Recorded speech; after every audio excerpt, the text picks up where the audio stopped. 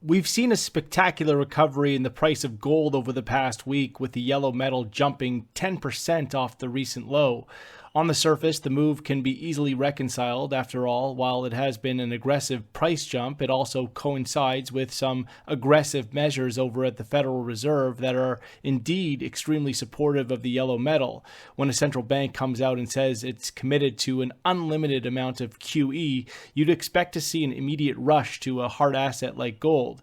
And yet, there is another story beneath the surface that hasn't been getting as much attention that is well deserving of the coverage. That story has to do with the coronavirus fallout and the impact on the global supply chain. The pandemic has knocked the world into shutdown mode, and that shutdown has extended to gold miners forced to cease operations. The move is an unprecedented one. Miners have operated through the worst of circumstances, through war, financial crisis, and natural disasters. And so, when news broke of a shutdown in Switzerland, a major hub of gold mining, there was a panic amongst dealers about the ability to service demand through the transport of delivery to New York. What ensued earlier this week was a massive price dislocation between spot gold and New York gold, with the New York premium over spot gold surging to its highest levels in decades.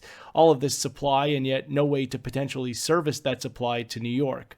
Normally, when there are such price dislocations, arbitrageurs are quick to step in to close the price differential gap, but this time the window was open a little longer given the worry associated with the disruption in the supply chain. Still, we have since seen that gap close down, and reports that solutions are being worked out to facilitate physical delivery to New York have calmed nerves. This should get us back to focusing on the bigger issue at hand, which is the issue of limited supply, store of value assets that can't be printed into oblivion, becoming very much in demand in the current global economic backdrop.